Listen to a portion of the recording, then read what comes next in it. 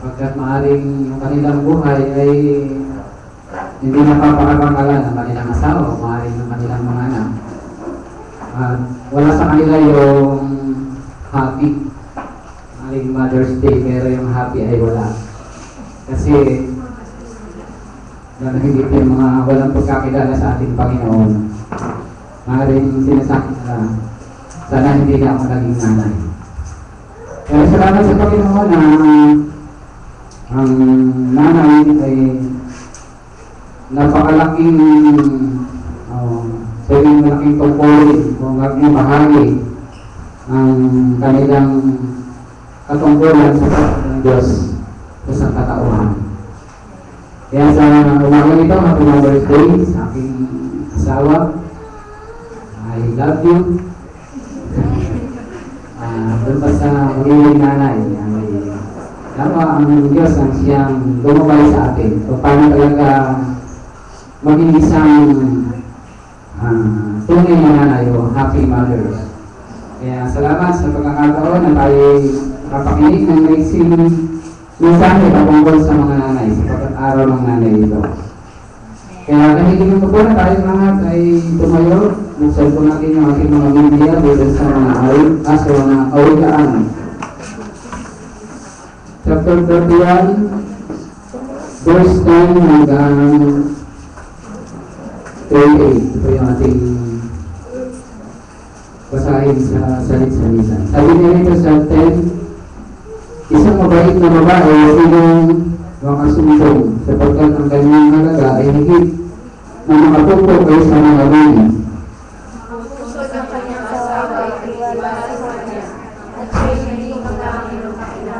Gumagawa siya ng mabuti sa kanyang hindi kasamaan lahat ng mga kaarawan ng kanyang buhay. Siya ay humahanap ng balahibo ng lupa at ilaw at lumago ang pusa sa kanyang mga kamay. Siya ay parang mga sasakyang dagat ng kalakal na nagdadala siya ng kanyang pagkain mula sa malayo. Siya ay bumabangon ng mga samantalang gabita at nagbibigay ng pagkain sa kanyang sambayan at mga nananawagan sa kanyang Kanyang inamasdan ang bukid at bilibili na sa pamamagitan ng kanyang kamay ay nagtatanim siya ng ubasan. Nilipisan niya ang kanyang mga pangangalasan at nagpapalakas ng kanyang mga isip. Kanyang mga batas na ang kanyang kalakal ay makikinabang ng kanyang ilaw ay hindi mamamatay sa gabi. Kanyang inilangan ang kanyang kamay sa panubi. Ang kanyang mga kamay ay makakalang pamahagi. Ginagawa niya ang kanyang kamay sa dukha o inabot niya ang kanyang mga kamay sa mga pagkailangan. Hindi niya itinatakot ang kanyang sambayan ng Hebre, sagat ang buo niyang sambahayan ay nakapanamit ng mapulang buwan. Gumagawa siya sa kanyang mga unang ay burda. Ang kanyang pananamit ay mainam na kayong lino at sa iyo uli-uli. Ang kanyang asawa ay magdala sa mga pagbabayan at siya'y naligawas sa kasamanan ng kandahan. Gumagawa siya ng mga kaubusang kayong kasuot ang kayong lino at ipinagbibili at nagbibigay ng mga pabigkis sa mga mangangalakal. Kalakasan at kamahalan ay ang kanyang panuso at kanyang ginagawa ng panahon darating. Dito kami ang kanyang bibig na may karunungan. Ang katasan ng kagandahang loob ay nasa kanyang dila. Kanyang nilibig ng mabuti ang malakad ng kanyang sambahayan at hindi kumakain ng tinapay ng katamaran. Isibangan ng kanyang mga anak at tinatawag siya mapalad.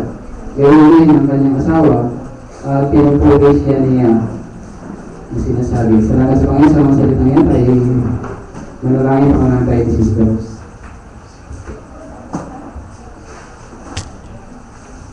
Maraming Diyos, salamat sa pag-ibig mo sa araw na ito na aming patuloy na nadarama sa aming kalagitnaan.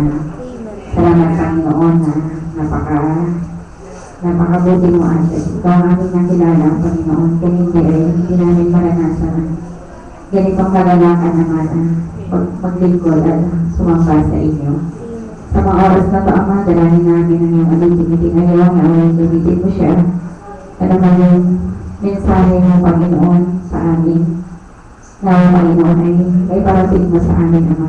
Nanda po yung aming mga puso na patuloy na yung pagpalain sa araw na ito. Gamitin mo po ang inyong alipin naman namin, Diyos, sa inyong kamay. Siya po yung umaasa sa inyong kakayanan, sa inyong kapangyarihan, sa inyong pagkakalo, Panginoon, ng tulong. Kaya hinihiling po namin na sa buong panahon ng aming pagsamba sa inyo, gawin mo po ang kapayapaan, ang iyong tulong sa amin, at ang iyong pagpapala namin, Diyos, sa bawat isa. Purihin yung pangalan, salamat naman namin, Diyos, sa ngalan ng Panginoon Jesus.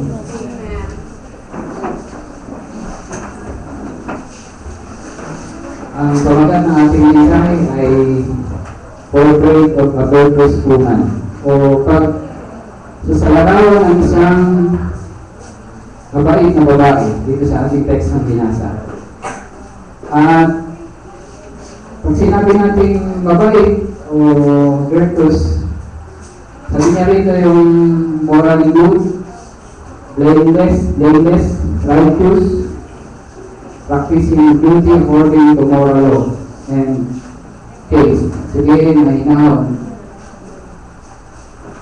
Itong katangian ng isang babae ito ay napakaganda na nakita ni Haring kanyang anak na si King Lemuel.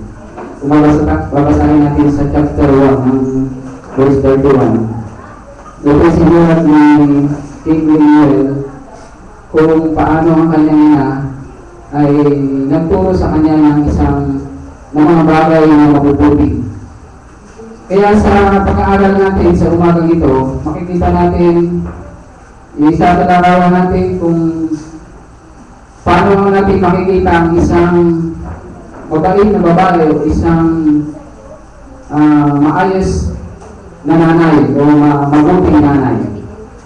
At alam kong ang magtataglay lang ito ay makikita natin sa mga natatakot lamang sa ating Panginoon. Sa panahon ko sa kata, maraming mga halimbawa ng mga nanay na ating makita kung paano sila ay naging kasangkapan para yung kanilang mga anak ay naging matagumpay. Kita natin si Sarah, si Rebecca, di ba? Si Hannah, na naging nanay ni Propeta Samuel. At dito sa Bagong Tipan, si Maria na naging nanay ng ating Panginoong Yesus at naging yung nanay ni Timoteo. Sila yung mga babae na naging halimbawa na naging mabuting ina sa kanilang naging mga anak. At nakita natin yung mga anak nila ay naging matagumpay dahil merong nanay na nagturo sa kanila, gumabay sa kanila, nagpalaki, na magkaroon sila ng takot sa ating Panginoon. At makita natin na hindi sila pinabayaan ng kanilang nanay. Kaya sa ating kapanahon, maaaring may mga nanay na mayroon pang nagtataglay ng ganitong katangian at maaaring iba ay hindi nila katangian ito. Pero ito isang hamon sa atin, hindi lang sa mga nanay, kundi sa mga nagpaplanong maging mga nanay, ito ay maging larawan nila sa kanilang pinaplano. Sapagkat alam natin na lahat ay nagnanais maging nanay at maging tatay, at ito nga ang maging larawan ng isang magpapamilya. Kung natin natin sa tinalo sa ating teksto, she is treasured by her husband. Siya ay kailangan ng kanyang asawa. Pag sinabi natin kayamanan, hindi ka mag-aasawa ng isang mayaman na yun ay tatawagin mayaman. No? Mayroon nag-aasawa kasi basta tatlong M. And sa matandang, madaling mamatay. Pero yung mga nag-aasawa, kaya sabihin pressure o kayamanan. Pero hindi rin pahulugan sinasabi natin kayamanan dito sa ating pinag-aaralan. Dito sa verse 10, sinabi na dito, isang babae sino makasusumpong sapagkat ang kanyang halaga ay higit sa makapupo kaysa mga lodi. Ibig sabihin, her trustworthiness O sabihin, napagkakatiwalaan. Alam niyo yung asawang babae, kailangan siya ng kanyang asawa kung siya ay napagkakatiwalaan. Sapagkat maraming babae ngayon na umalis lang yung asawa, ay hindi na wala na yung trust. No? Kaya salamat sa ating Panginoon, ng isang kayamanan, ng isang lalaki, kung siya may asawa, na meron siyang asawang mapagkakatiwalaan. Saan man siya pumunta, honest ng kanyang asawa sa kanya. Meron siyang confidence na truthful yung kanyang asawa sa kanya, loyal sa kanya. Kahit nahirap na ng buhay, nandiyan pa rin ang kanyang asawa. Hanggang sumuporta sa kanya. Hindi na nakaranas na ng hirap, iniwanan na yung kanyang kabilang. Hindi po yun yung isang kayamanan na ating makikita. Kung yung kayamanan ng asawang lalaki, makatagpo siya ng babae mapagkakatiwalaan. Hanggang sa katapusan ng kanilang pagsasama, naroon ng kanyang asawa, hindi siya iniiwanan. Yun po ang sabi niya, sinong makakasumpong ng mabait ng isang mabait na babae? Tuloy na isang kayamanan po ito, dahil din sa akin, personally, ay nakasumpong ako ng isang babae na pagkakatiwalaan. Sana ganun din mga kalalaki ng mga Kristiyano, nasumpungan nyo na inyong asawa ng tunay na pinagkakatiwalaan. Yan po ang ating tunay na kayamanan. Naroon tayong asawang tapat sa atin, nagmamahal sa atin, hindi tayo iniiwanan, kahit sa pagkikita ng buhay, nariyan siya na umaalalay sa atin. Kaya yung sinasabi dito na isang kayamanan na minsan ay sinasabi ng iba na ang kayamanan ay doon lang matatagpuan pag may pera. Pero sabi nga yung trust mo sa iyong asawa, yung isang kayamanan na sa atin. Kaya pasalamat tayo mga minamahal kong mga kapatid na natagpuan natin ang isang tunay na babae na binigay sa atin ng Panginoon. Mga person, sabi nga yung pag-ibig dito sa gospel, sabi nga ito, gumagawa siya ng mabuti sa kanya at hindi kasamaan lahat ng mga karawan ng kanyang buhay. Ito yung tunay na pagmamahal na ating makikita na isang kayamanan na masusumpungan ng isang lalaki na dapat niyang ipagpasalamat. Sabi nga ito, tunay na pagmamahal ang kanyang ipinagkakaloob sa kanyang mahal na asawa. No? At hindi siya sabi niya, ito yung basuhan ng tunay na pagbamahalan doon sa pag-asawa. Dapat ito yung sentro ng ating pagsasama, yung pag-ibigan. Kasi kung wala yung pagmamahalan o pag-ibig sa isa't isa, maaaring hindi magtagal yung pagsasama ng mag-asawa. Kaya dapat naroon ululot doon yung pag-ibigan sa isa't isa para manatili yung pagsasama ng dalawa. Kaya marami ngayon yung ito nagsasama ng matagal kasi wala yung pag-ibig. No? Maaaring napilitan o maaaring pinagkasundo lamang. Pero isang kayamanan sa atin na kung kaya na talaga ng asawa ay aron yung pagmamahalan. Minahal niya tayo kung ano tayo, no? Kung ano yung itsura natin, kung ano yung buhay natin, kung ano yung buhay natin. Minahal niya tayo dahil tayo yun. Hindi tayo minahal dahil kung saan pa man. Kaya isang kayamanan natin ay tutulong bilang mga lalaki, sa mga lalaki muna tayo, na itulong natin yung isang kayamanan. Sabi na ganito, your influence, verse 23. Sabi niya rito, ang kanyang asawa ay kilala sa mga pintuang bayan, pagkasumuko sa kasamahan ng mga magtanda ng lupain. So, isang kayamanan pala sa isang lalaki kung mayroong influensya yung iyong asawa. Kilala nga. Pagkarami tayo yung asawa mo, yung asawa mo, parang kilala ka na rin. Hindi ka makikilala dahil ang asawa mo yung matapang. Sabi, asawa mo yung ganito. Ng dismoso, at dismosa. Ano?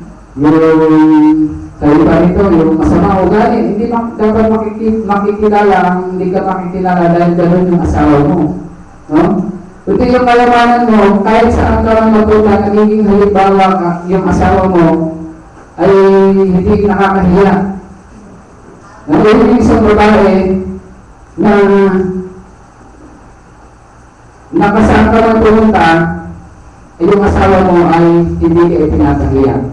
No? Mahal ka na yung asawa. Kaya napakaganda na makita natin na iyon ang kayamanan ng isang asawang lalaki. Sabi na, pangalawa, she is capable in the home. Dito naman tayo sa babae. Sa 3:15 sabi niya rito, siya ay lumabangon naman samantalang gabi pa at nagbibigay ng pagkain sa kanyang sambahayan at kanyang gawain naman sa kanyang ayunang babae. Ibig sabihin, ang isang asawang babae kapagod sa tahanan. Kaya yung pag-aasawa, hindi lang siya na hindi siya marunong magluto o maglaba. Kailangan kapagod talaga siya sa paghawak ng sambahayan. No? Na marunong siya sa lahat ng bagay at siya ay, sabi niya rito, evidently she was a lady of some position having a fine home with husband. Sabihin yung asawang babae dito, kapag siya sa isang bahay, ay talagang marunong siya sa gawain ng bahay. Kasi yung pag sinabing sambahayan, magkakaroon niya ng anak eh. Kaya yung babae nito, sabi niya rito, siya ay gumigising ng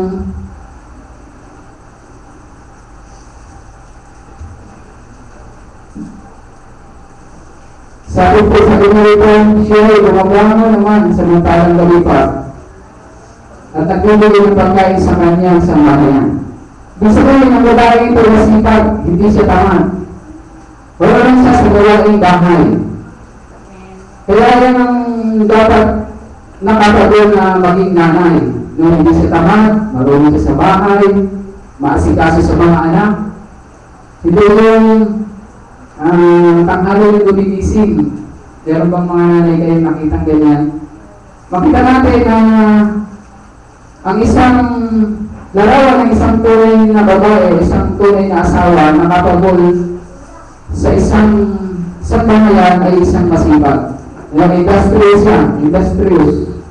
Na yung kanyang kasipagan, hindi siya nauunahan ng kanyang mga anak sa kanilang paggising. Kaya yun yung ating ipagpasalamat na meron tayo mga nanay na talagang makita natin kung paano tayo inaaruga.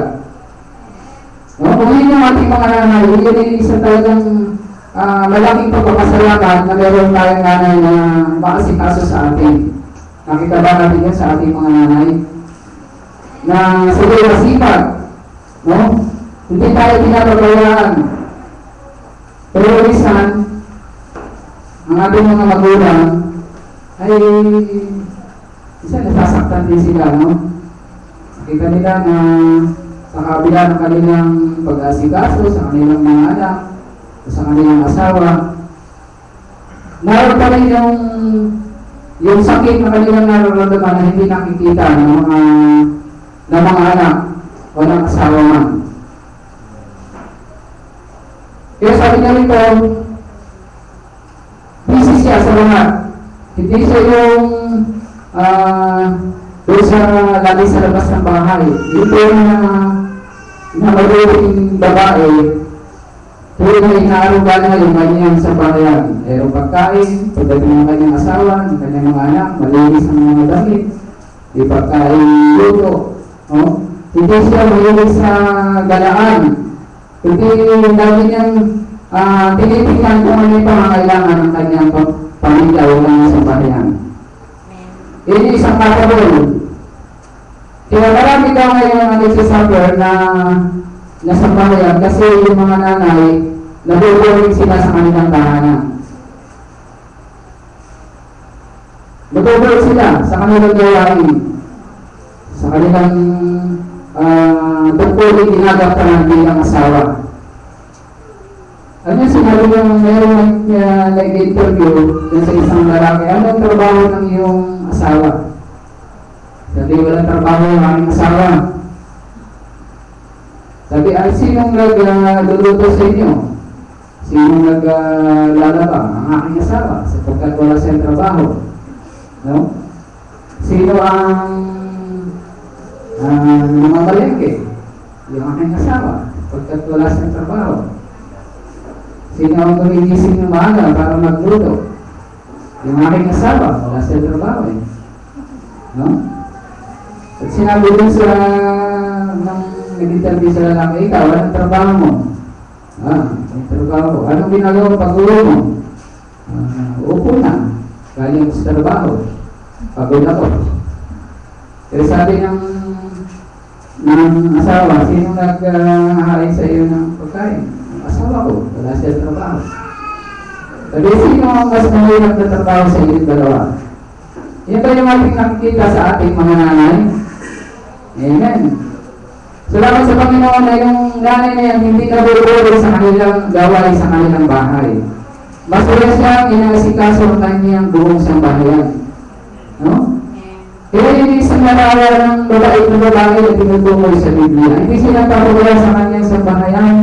Lagi niya itong kinakalinga. Pag may sakit, nandiyan si nanay. Di ba? Makita lang na ito ay matanggal, nandiyan si nanay, di ba? Pag ito ay sakit, nandiyan agad yung higigutin ka, di ba? Siguro naranasan natin yung mga bagay yan. Isan, bibili ka ng, pag may sakit, inom ka ng royal, bili mo ng royal si anak, kasi may sakit siya. Basta kailangan tumahin si anak, pagka talaga siya na yung laging nag-aalala, no? Ganun yung nanay, natin makita na hindi siya nag-dobo sa kanilang ginagawa sa kanilang mga anak. No, yung sa pagpasok nila, nandiyan yung nanay nila na nag-aasikaso, hindi sa pinapasok na hindi kumakain, hindi bago, di ba? Pero yung nanay natin, pag-ising natin, wala tayong makainin, yung pagod natin, marami. Di ba, hirap na gano'n yung ating nakikis ng nanay. Kaya kung ang nanay natin ganyan, ipagpasalamat natin sa ating Panginoon. Na pinapalaki tayo na talagang tinanggap nila obligasyon bilang isang nanay sapagkat ito yung kalooban ng ating Panginoon. Kaya maraming nag-asapan ng mag-asawa ngayon namin, hindi nila kayang agampanan yung pagiging isang nanay. Maraming gusto na magkaanak pero ayaw namang mag-alaga. Kaya mahirap yung bagay yun. Kaya pinapayo ng Biblia na ang isang babaeng mag-asawa kailangan talagang handa niyang hanapin ang katungkulan bilang isang asawa sa kanyang mga anak at sa kanyang asawa. Na magsasuffer siya sapagkat yun yung sabi ng Biblia na ang babae ay makakaranas ng kahirapan. So, sa panganganak pa lang, Bibigis pa lang tayo ng ating nanay, 9 months tayo yung pinadala niya. No? Naghihirap na yung ating nanay sa atin. Na bago pa na tayo isilang mapalaki at tayo naging naging talagang professional na tao, naroon pa rin yung ating nanay. No? Kaya dapat natin makita yung mahalagaan ng nanay. Dahil niya siya ay mabait. Dito sa ating binasa, verse 16, kanyang minamasdan ang bukid at binibili sa pamamagitan ng kanyang kamay at nagtatanim ng pumasan. Hindi ibig sabihin dito na yung nanay ay nagtatrabaho sa hindi talaga yung pangangailangan ng kanyang pamilya ay kanyang nakikita kung ano yung pangangailangan nito. Hindi siya nabukod o nahihirapan sa kanyang mga ginagawa. Wala nang malakasan, sabi niya, natutulog siya na rin, tapos nagigising siya ng maaga. Yun yung nanay. He knows, he managed her servant, yung pera ibibigay ng kanyang asawa, kung nasa abroad, marunong siya mag-manage. Yun ang kailangan sa isang asawa. Hindi yung pag nakatanggap siya ng pera, bili dito, bili doon, nagpapaganda. Ngayon ang palagi na yun eh, na mga asawang babae na hindi pinapahalaga yung paghihirap ng kanilang asawa. Pero yung larawan ng isang mabuting babae, pinapahalagaan niya yung bawat cellphone na ibibigay sa kanya ng kanyang asawa na hindi nasasayang. Kaya yung asawang babae na marunong siya mag-invest ng pera, no? Matalino siya. Hindi niya tinitingnan niya ngayon. Tuturo sa hinaharap na magiging ng kanyang mga anak. Kaya natin makikita sa libro na ito, she is loved by her children. 28. Ginamahal siya ng kanyang mga anak. Sabi niya ito, nagsisipangan ng kanyang mga anak at tinatawag siya kapalad. Ganyan din ang kanyang asawa at pinupupurihan siya diyan. Sabi niya ito, minamahal siya ng kanyang mga anak. Alam mo, dito sa presentation natin nakita ka kanina na maraming expression na sinasabi kung sino yung nanay nila sa kanilang buhay. Meron nagsabi yung plancha. Natawa nga ako kanina, sabi ko baka pag magalit ng nanay, mag-plancha as na. Ganun ba natin pinagpapasalamat yung ating nanay sa kanilang mga ginagawa? Ganun kami sabi doon na yung kape, baka pag magalit sa yung nanay mo, uulusan ka ng kape dahil talagang matigas yung ulo. No? Pero sabi niya ito, minamahal mo ang iyong nanay kasi nakikita mo yung ginagawa sa iyo. Kaya sabi nga kanina, hindi lang dapat ngayon masaya ng yung nanay. No? Yung bibigyan, baka lang ibinigay yung bulaklak para siya rin ginagawa sa iyo, hindi naman kasi matigas yung ulo. No?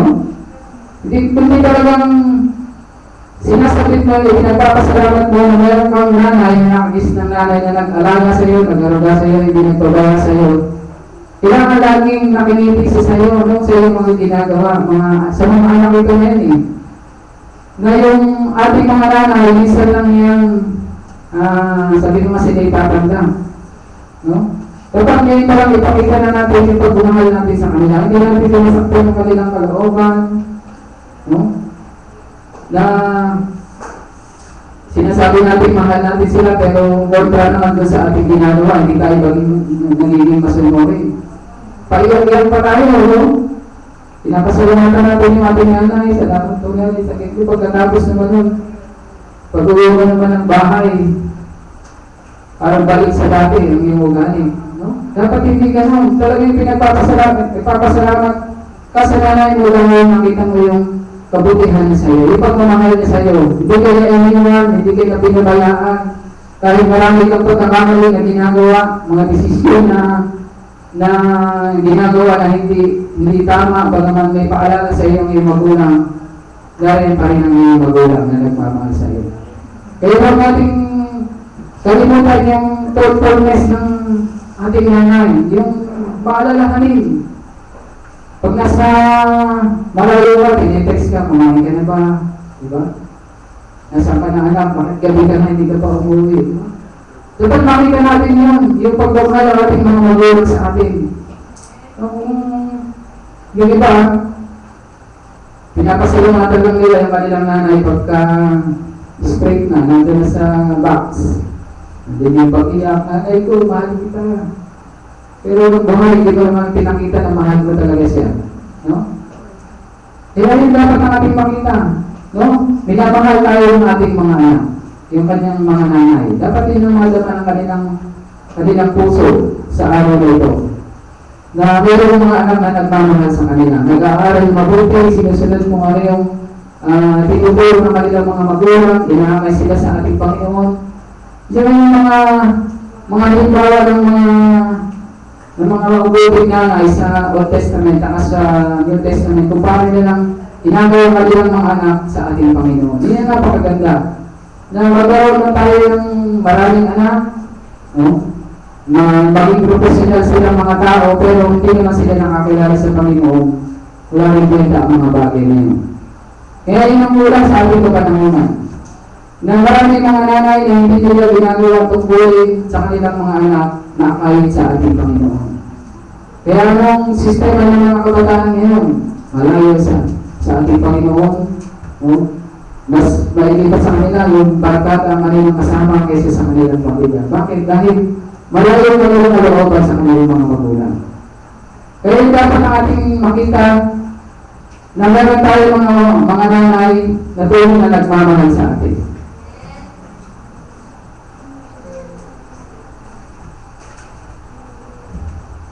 Sabi nila his wisdom, yung kanyang talunong. Alam niyo maraming sabi niya, he opened her mouth with skillful and godly wisdom, and her tongue is the law of kindness, giving counsel and instruction. Kaya dapat sa mga nanay, marunong silang magsubuko sa kanilang mga magulang. Hindi yung kayo rin ako sa inyong mga anak. Kalimutan maraming mga ganyang mga nanay eh. Ngayong nanay tayo takot sa kanilang anak. Dapat hindi ganun. Dapat tayong words na talagang matatakot sila sa atin. Hindi naman na matatakot sila sa atin dahil matapang tayo, masasaktan tayo. Kung di talagang meron kang kapangyarihan na masuko mo yung iyong anak sa kanyang ginagawang mali. Kung hindi yung konting inutang ng anak, ikaw ay bumibigay na. Nahirap yung bagay na yun, kaya sa mga nanay, isang kasi sila yung kasama ng kanilang mga anak. At pag sila ay tayo ng kanilang mga anak, minsan sasabihin sa tatay, tignan nga yung anak mo. Napakatigas ng ulo, hindi ko na kaya yan.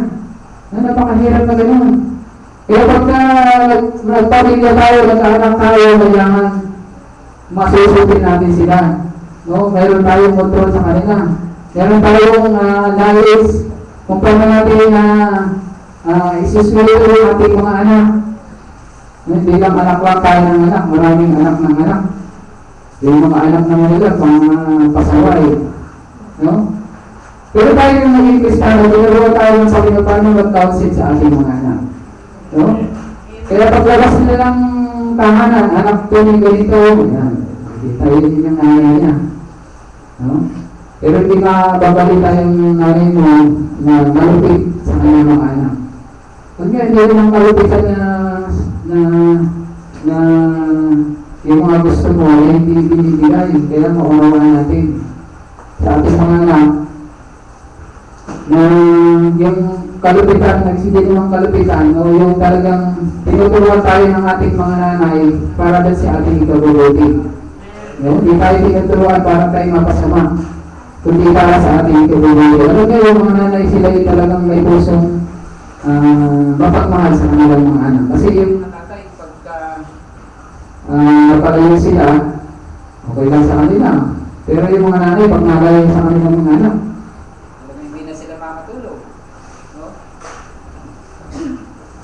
lagi nilang iniisip na walang anak na malayo.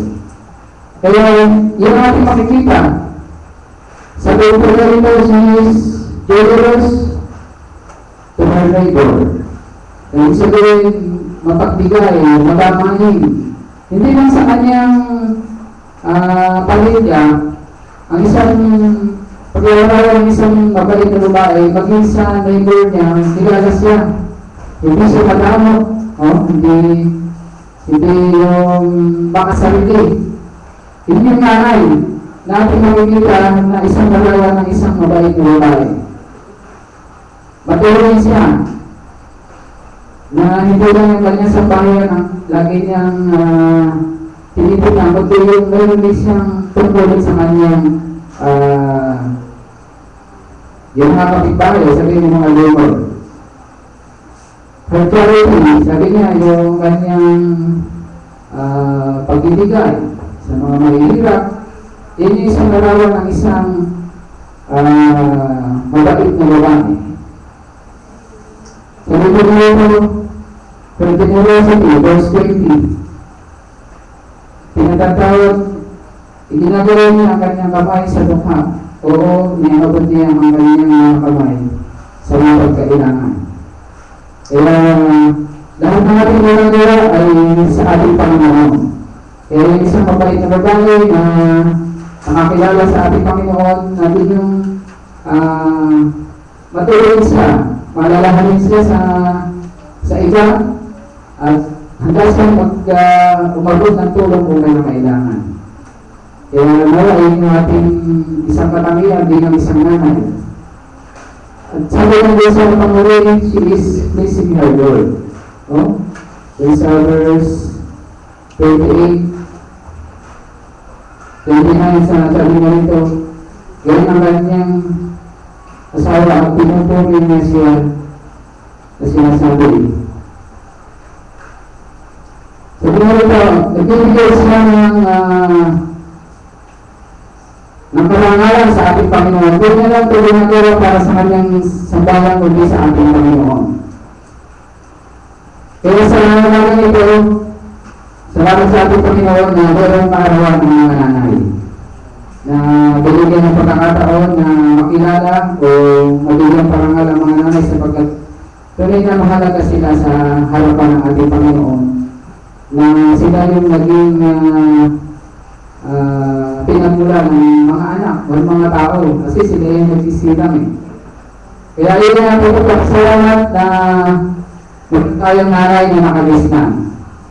Kung hindi naman sila mabait na babae, nawa sila ay matulungan sa salita ng Panginoon at makilala nila ang ating Panginoon maging maayos yung kanilang buhay. Kaya salamat sa ating Panginoon na alam kong ang salita ng Panginoon ay hindi na lang ay ipagpapala sa atin na mahalangin kayo mga nanay. Yun ang nais ng ating Panginoon na ang ating mga nanay ay mahalin natin sapagkat minsan lang sila mabubuhay sa mundo ito. Hindi ba sila isang araw mahalin natin sila kasama kaya habang kasama natin sila ngayon ibigay natin yung ating magagawa para sila yung maging masaya no? Na tayo kinakarangal nila tayo na tayo kami maging anak at sila yung kinakarangal natin dahil sila yung naging nanay natin na sila yung naging daan para nakilala natin ang Panginoon at sa hindi pa makakilala sa ating Panginoon dito yung pagkakataon na kilalanin niyo ang ating Panginoon. Sa mga nagnanais mag-asawa, kailangan unahin mo na natin ang ating Panginoon. Ngayon responsibilidad ng pagiging nanay ay mabigat na responsibilidad sa harapan ng ating Panginoon na kailangan natin makita na sa ating buhay nito. Kaya salamat sa isinanay na imanin ng Panginoon. Ay pinagawa natin si Carlos.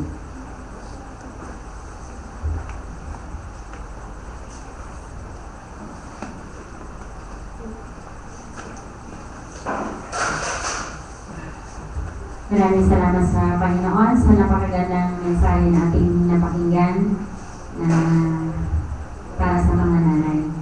At nagpapasalamat din kami sa mga anak sa ginawa niyong effort na to na para maging special kami sa araw na ito. Para sa akin ay kung maaari ay ayaw kong ma-feel na special ako pero ginawa niyo ngayong araw na to. Kapwa sa mga kasama kong mga nanay, ina-appreciate namin yung ginawa niyong effort na to. Alam ko na hindi madaling bagay itong ginawa niyo para mapasaya kami. Kung sa akin hindi ko maiisip yun na mapasaya yung kapwa ko nanay. Pero nagawa niyo ito. Maraming salamat mga anak.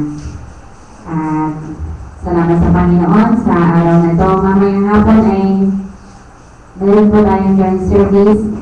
Sama po natin ang Binangonan at Signal. Mag-start po tayo ng 3 o'clock. Kaya yung mga kabataan ay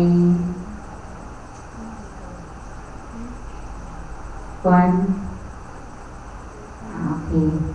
Meron pang extension kanilang presents 1 o'clock daw. So, mag-prepare din kayo ng song para sa ating joint service mamayang hapon. Purihin ang kanyang pangalan. At pinagpala ng Diyos ay sabihin, Amen. Tayo pong lahat ay tumayo na at tayo po ay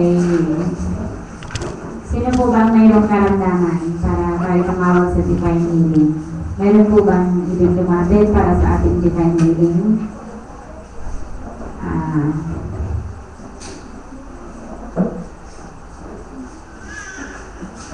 Tayo po magwakas na sa ating closing prayer.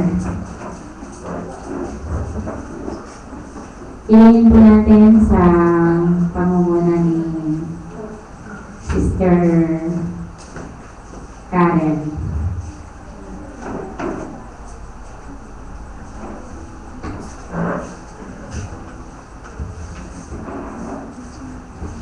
Ngayon po ay naman ang naming Diyos na kapangyarihan sa lahat. Salamat po Panginoon sa buong maraming nagdaan Panginoon Diyos na sama-sama na nakapanalahan sa inyo. Salamat Panginoon na sa kalalakan po na kami magkakasama at kami po ay maraming napakain ng aming kaluluwa. Salamat Panginoon na kaya ba ang Diyos na sinasama sa Espiritu. Salamat po Panginoon sa pag-aralan, presentation ng Mother's Day. Salamat Panginoon sa ibang mga volunteers na nagawin sa amin Panginoon na sila ay nangyayari upang kami makakilala sa inyo. Salamat Panginoon na kaya mo ang napala sa amin at napakamit sa amin sa aming pananabahan na ito. Kaya sa inyo po namin nataas lahat ng kabalan ng pasasalamat. Sa dami ng pangalan ng iyong anak at aming Panginoon. Amen.